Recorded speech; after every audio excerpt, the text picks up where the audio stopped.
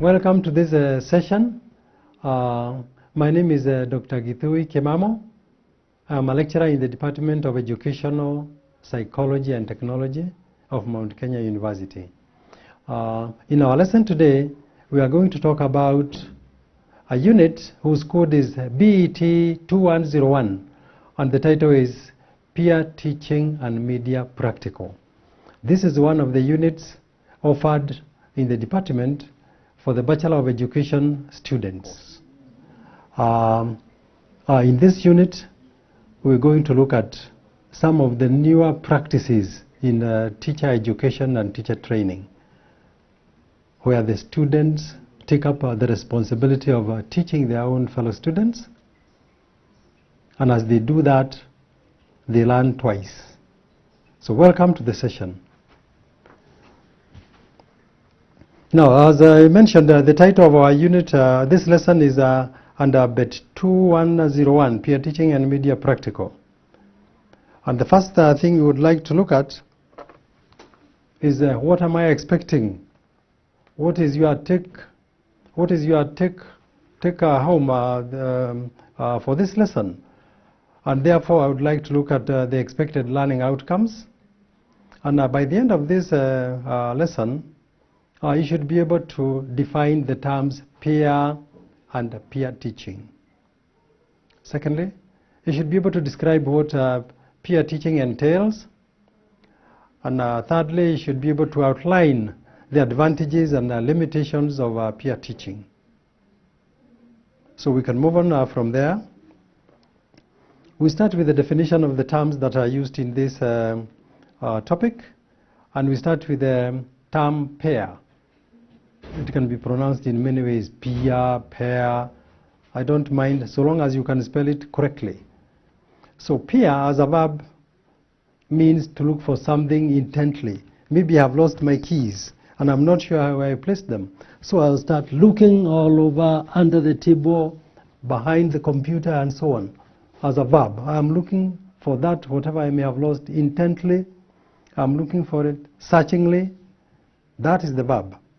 Now, when it comes to peer as a noun, this now has a totally different meaning. A peer means a person who is my equal, or you are equal. A person who is equal to another in terms of ability, in terms of age, perhaps qualifications, the background, or even social status. It can also mean a person who has equal standing with another in terms of rank, in terms of class, in terms of age. But for our purpose, or for this lesson, we are going to stick to one meaning for this term peer. We shall use it to mean fellow students in the same class.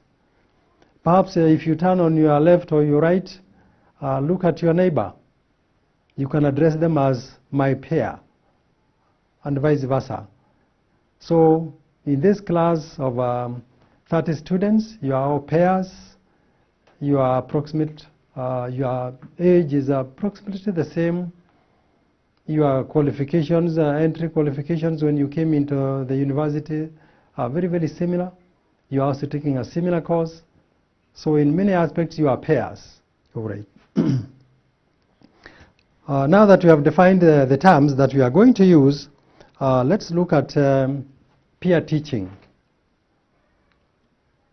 Now that we have understood who is a peer, peer teaching simply will mean it is one of you taking the role and position of a teacher, and then you prepare and teach the other students. So in its broadest sense, peer teaching refers to students teaching and learning from and with each other in formal and informal settings. The emphasis is on the teaching and learning process, including the emotional support that learners offer each other in addition to the learning task itself. This is the definition given by Whitman in 1998. It's quite a comprehensive explanation of what peer teaching is. Now, we can also use other words on this peer teaching and say that peer teaching involves one or more students teaching other students a specific topic in a specific subject area. This builds on the belief that to teach is to learn twice. What do we mean by this phrase, that to teach is to learn twice? You see, when a teacher is coming to teach, the teacher prepares. They prepare, they make a lesson plan. They decide on the objectives that they intend to achieve by the end of the lesson. They search for the content. They may do research in the library, internet, or other sources, so that they have a rich content in which to pass on to the students. After that, they also may need to look for instructional media, resources like charts, atlases, warm-ups, tools, equipment, and so on. And finally, when it comes to the presentation, they arrange for activities, exercises that the students will be engaged in. So when that is done now, during that preparation, the teacher is learning. Now, when he comes to present the lesson, there is going to be interaction. After the lesson, there is a feedback from the teacher, from the students on what they have discussed. So in this sense, then, the teacher is interacting with that content twice. That's what we mean by to teach is to learn twice. So peer teaching occurs, therefore, when a student by design teaches other students in his or her class. Now, let's look at peer teaching as a practice.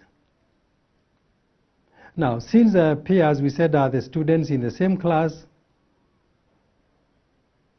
they do not have, no student has power over the other student. Actually, any one of them can become the peer teacher. And in actual practice, they take turns. So today it is so-and-so, tomorrow it is your neighbor, the other day is somebody who is seated at the back. So they take turns until each one of you has had a chance to come and teach the other students. So the pairs, they have a discussion among themselves. They look at the topics that are in the course outline or the ones that they are required to teach. And then they make a decision who the peer teacher will be for a given topic. Once that teacher has been identified that you are taking this topic and so will take this other topic, then they start moving. The peer teacher will now take up the responsibility of looking for materials. So the student will research on the topic. They will collect as much information as possible that they will need during the lesson presentation. Now in this research or this search for information, they may consult textbooks, they will consult the library for reference materials, they may go to the e-books, which have become very popular these days. They also search for other information in the internet. There are so many search engines like Google and others. They also consult the teacher, the one who is in charge of that unit or that topic, or they could also consult other experts in the field. For example, those topics that have to do with applied sciences like home science, hospitality, agriculture. The peer teacher may want to consult an agricultural expert in the county office or in a research organization like the CARO, the Kenya Agricultural, Livestock and Research Organization staff, where they have a lot of information gained from the research that they carry out. So there will be wide consultation as the peer teacher prepares. After the peer teacher has collected as much information as they may require during the presentation, they then sit down to plan. They plan for the presentation. How do they do this? They do that by writing the key points that they are going to present. the key points for discussion. They select examples that will be used, as well as the resources that may be required, as well as the questions and activities that will be relevant to the presentation. Now, I would like to remind you that all lessons are not the same. Some lessons are more theoretical than practical, others are more practical than theoretical, and therefore, depending on the topic, the peer teacher has to strike a balance. But by and large, there should be a bit of information that is passed on. There should be a lot of interaction between the teacher, the peer teacher, and the students. There should be a lot of interaction between the teacher and the resources, the students and the resources, and they'll be able to gain a lot of information from those. Sometimes, for practical lessons, the students will need to have a hands-on experience. But before they do that, the peer teacher must demonstrate. For example, if the students are meeting the light microscope for the first time, the teacher will demonstrate the instrument. The teacher will go through the parts of the microscope, point out this is this one, this is the focusing knob, this is the objective lens, this is the stage, this is the stand, and so on. Once the teacher has demonstrated, then the students are allowed to ask questions, and then from there, each one of them moves to their station where there is a microscope placed there. Then they go through the motions just like they saw in the demonstration. They will try their hands on it. That's why we are calling it hands-on. And then from there, if they have any challenges, they will be able to raise their hand, and then the peer teacher will come and perhaps do a closer demonstration at individual level so that the student is able to operate the microscope the way it should be done. So in practical lessons, there are a lot of activities, but for those activities to be successful, or for the students to benefit from those activities, there must be adequate resources. There must be adequate resources like the microscopes, science apparatus, the beakers, the flasks, and so on. For the theoretical lessons, maybe they may get away with wall maps, charts, and so on. I wouldn't want to forget the models. Models are also very, very important in practical activities. They assist the learner to grasp the point perhaps faster and more clearly when they can see a model of the real thing. In absence of the real thing, they can dismantle, they can disassemble, then they assemble it again, and they can see the different parts so that they can recognize the whole and how the apparatus or the instrument works finally. So this second stage, the peer teacher is the one who now plans for the presentation and everything that goes with it. Let's move on to the next stage. Now, presentation of this lesson organized by the peer teacher. So the peer teacher then makes a presentation to his or her class, and during this time, what does the peer teacher do? First, the peer teacher will introduce the topic. Then, the key points for the presentation in terms of content or subject matter will follow.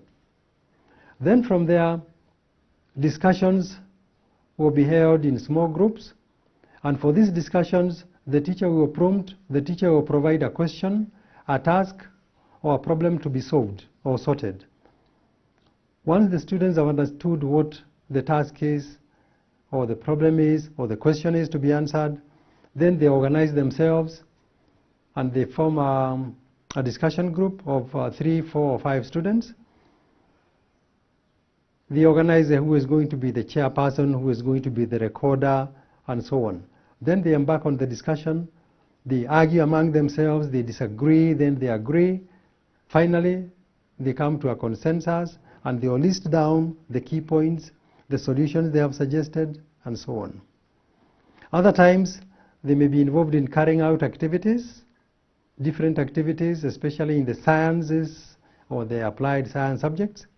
And for that, many times this kind of activity is carried out in the biology lab or in the chem lab or computer lab or physics lab and so on. It could also be in a agricultural workshop in the school, or they could even carry out the activities in the school farm. Then after these discussions and activities are carried out, more questions will be raised. The peer teacher will raise questions for these students to discuss and to answer. There will be more interaction between the peers and the peer teacher. There will also be interactions between the materials or the instructional media and the teacher as well as the students. And finally, the peers, since they have been participating in the lesson, they'll create a summary by outlining the key points discussed, the kind of solutions they have suggested, and so on. Then the peer teacher will consolidate all these to form a summary for that lesson. Now let's look at when you have done all this in a peer teaching, are there any benefits? Yes, let's look at the advantages of peer teaching. Now, since peer teaching is a reciprocal activity, it is mutually beneficial to the teacher and the taught.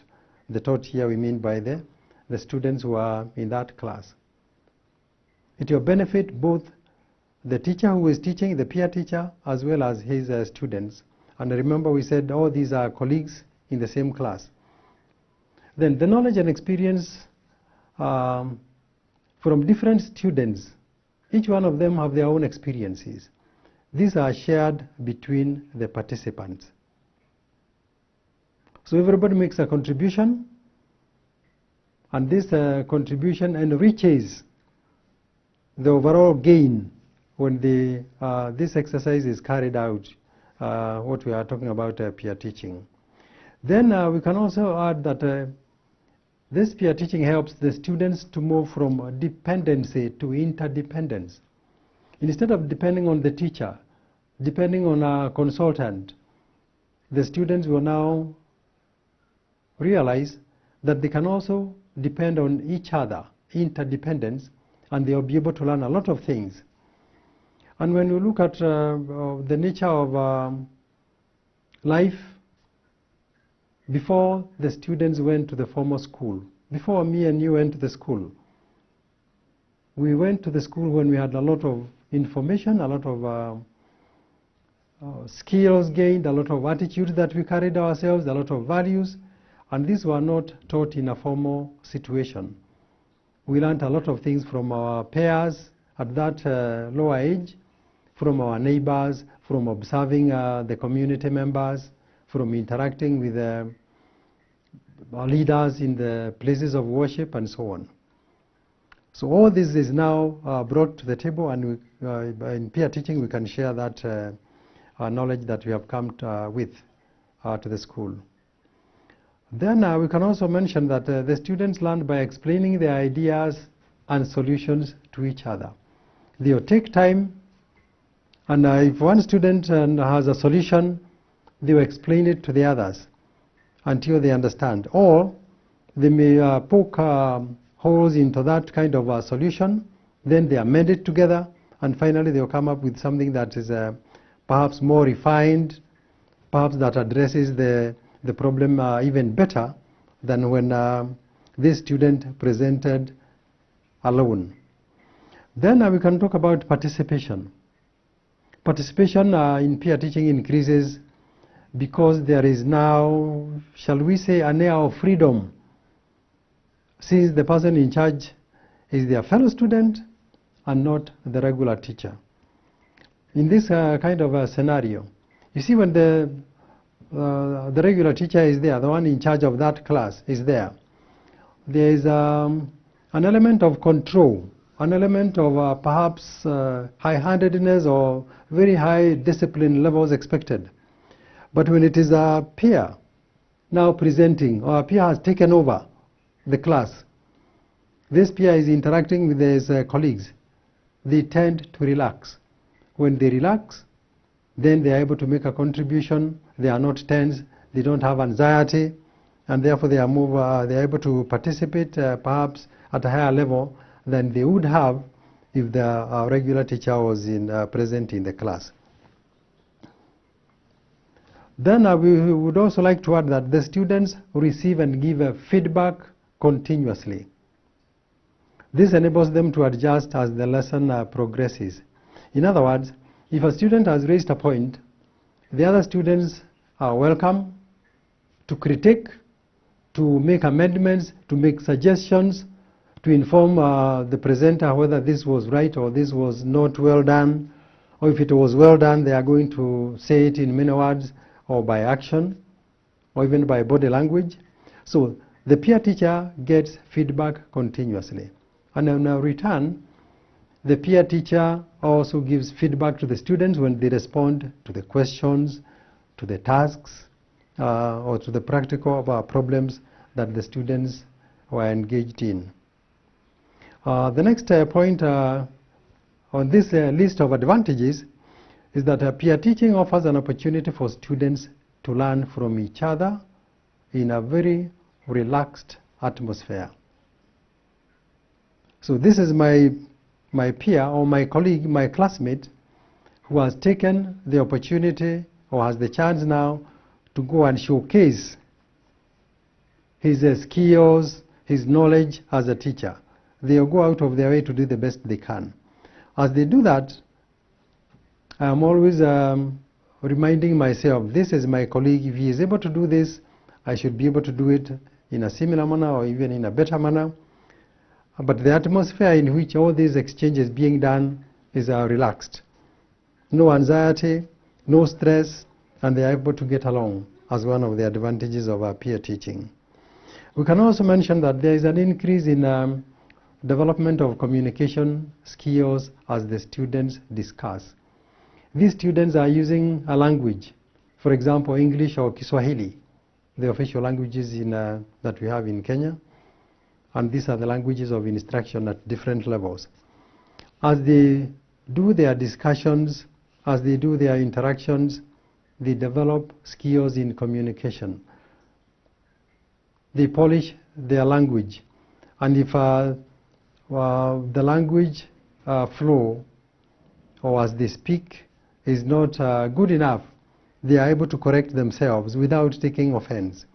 So this is a very, very helpful, or this is a very major advantage in peer teaching, that communication skills are nurtured and developed. Then we have, in every group, we have students who are shy, we have students who are introverts, and who tend to keep to themselves, and they are even more conscious. When there is a whole class of 40 or 50 students, they may not want to raise their hand, they may not want to utter a word. But now, when it comes to a small group, when it is the peer teacher, who is one of their colleagues, those shy students, the introverts, they find it easier to open up, and they can contribute to the discussion without worrying about who is listening or who is observing them. They feel safer in small numbers than in the larger class. The students also develop skills in planning and organizing learning activities. When you have been given a responsibility that you are going to teach this topic, then this peer teacher takes the responsibility of moving to the library, to the internet, to the search engines, to consulting experts in that area. So they plan how they are going to carry out this task of peer teaching. They organize their learning activities. They organize the resources that will be required. They organize the activities the students will carry out. They look at the questions they are going to ask. So overall, this peer teacher develops the skills in planning and organizing teaching and learning activities. And as we come to the end of our list of advantages, in peer teaching, the students provide emotional support to each other. Nobody takes offense. They are relaxed. They support one another. They contribute to each other's success, and everybody benefits. Now, Peer teaching is not, does not have just advantages to the peer teacher and the students. There are also advantages to the institution. For example, in normal circumstances, we have timetables that have to be followed, taking care of the specializations for each lecturer, and therefore, when it comes to peer teaching, we do not have scheduling problems because the students follow the normal existing teaching timetables. Secondly, there are no organizational challenges since everything is conducted in-house, within the class, within the school, not outside. Then there are no financial expenses incurred since the exercise is carried out entirely by the students. Now, we have a few demerits of peer teaching. Peer teachers are not trained or qualified as teachers, and therefore they lack the techniques and methods of teaching. Some of the peers may not take their peer teacher seriously, since this is one of their colleagues. Some students may also seize the peer teaching episode to digress and do their own irrelevant activities or discuss things that have nothing to do with the lesson. Then we also would like to note that a peer teacher is not an expert in any field and may therefore lack the mastery required for the lesson. And in conclusion, we would like to say that a peer is a fellow student in the same class at whatever level. A peer teacher is a student who takes over or takes the role of a teacher and teaches his or her colleagues. Peer teaching involves students teaching and learning from each other. Peer teaching is a reciprocal learning activity that is mutually beneficial to the teacher and the taught. And we have advantages as well as disadvantages of using this method of teaching. But we observe that the advantages accruing from peer teaching far outweigh the limitations of peer teaching. And finally, we would like to say that peer teaching has become an established practice in universities and colleges of higher learning. And before we leave, I would like you to look up this assignment. You plan a peer teaching lesson by selecting a topic of your choice in any subject, carry out research on the chosen topic, select the content, the activities, the questions and exercises that will form the backbone of your presentation, prepare the presentation adequately, organize the teaching and learning environment, present your lesson, and then finally evaluate your presentation and replan. Thank you.